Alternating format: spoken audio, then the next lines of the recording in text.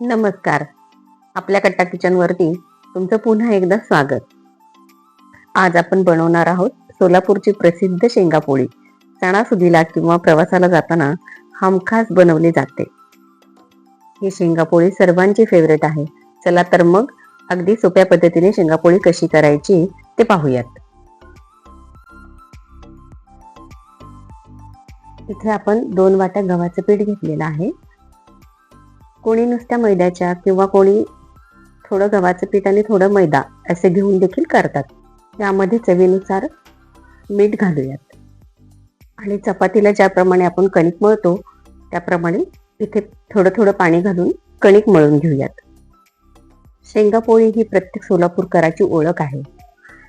कोणी पाहुणे घरी आले तरी शेंगापोळी करतात.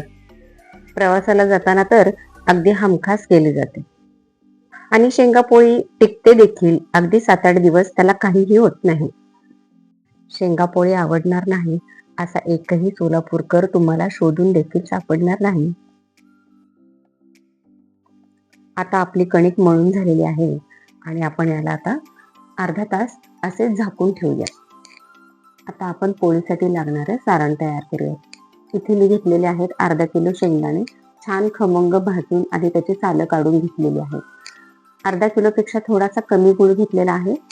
आपण आपल्या चवीनुसार तो कमी जास्ती घेऊ शकतो.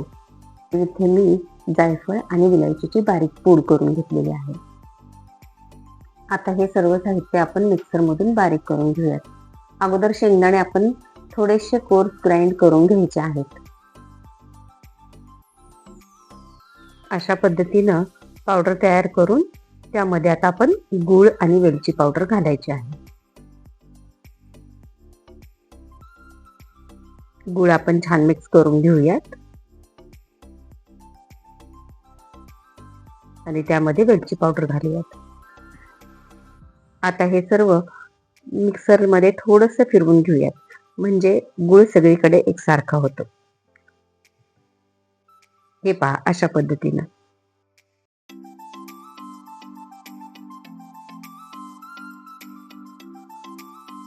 आता आपण पोळ्या लाटायला घेऊयात. इथे माझा कॅमेरा काही केला सेट झाला नाही. किती प्रयत्न केला मी त्याला व्यवस्थित बसवण्याचा, पण नाहीच. शेवटी मी तसंच शूट केलं.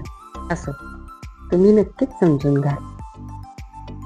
इथे मी छोटासा उंडा घेतलेला आहे आणि आपण पुरणपोळीला तयार करतो त्याप्रमाणे पारी तयार करून घ्यायची आहे आणि त्यामध्ये आपल्याला होता होईल तेवढं जास्तीत जास्त सारण भरायचं आहे आणि हे सारण आपल्याला बोटानं दाबून नंतर वरून बंद करून घ्यायचं आहे. सारण भरपूर घातलं की पोळी चवीला छान लागते.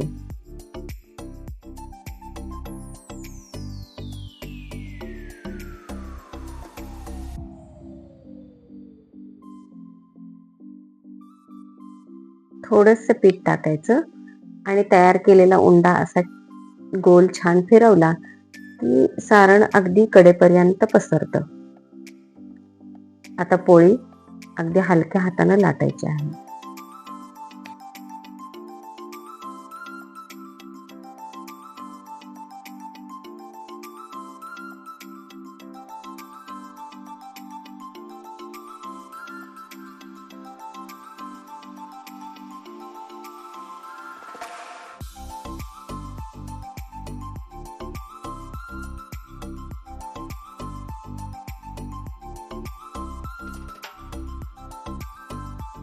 आता तापलेल्या तव्यावरती थोडं तेल लावून घेऊयात, म्हणजे पोळी चिकटणार नाही.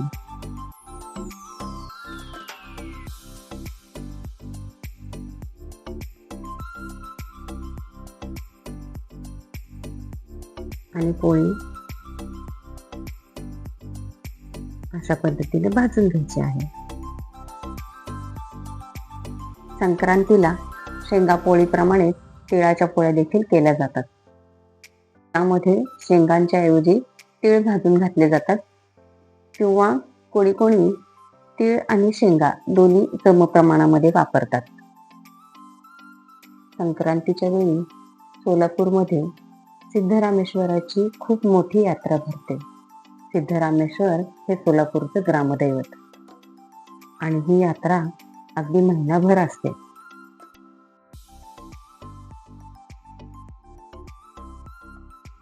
आता अशा पद्धतीनं मी इथे सर्व पोळ्या भाजून घेतलेल्या आहेत. ही पहा, मऊ खमंग आणि गुळाची छान चव येणारी शेंगापोळी तयार आहे. दूध आणि तुपाबरोबर खूपच भारी लागते. जर तुम्हाला ही रेसिपी आवडली असेल तर व्हिडिओला लाईक करा आणि अशाच सोप्या पारंपरिक रेसिपीसाठी चॅनेलला सबस्क्राईब करा आणि कमेंटमध्ये सांगा पुढे काय पाहायचं आहे ते. धन्यवाद आणि पुन्हा भेटूयात एका नव्या रेसिपीसह.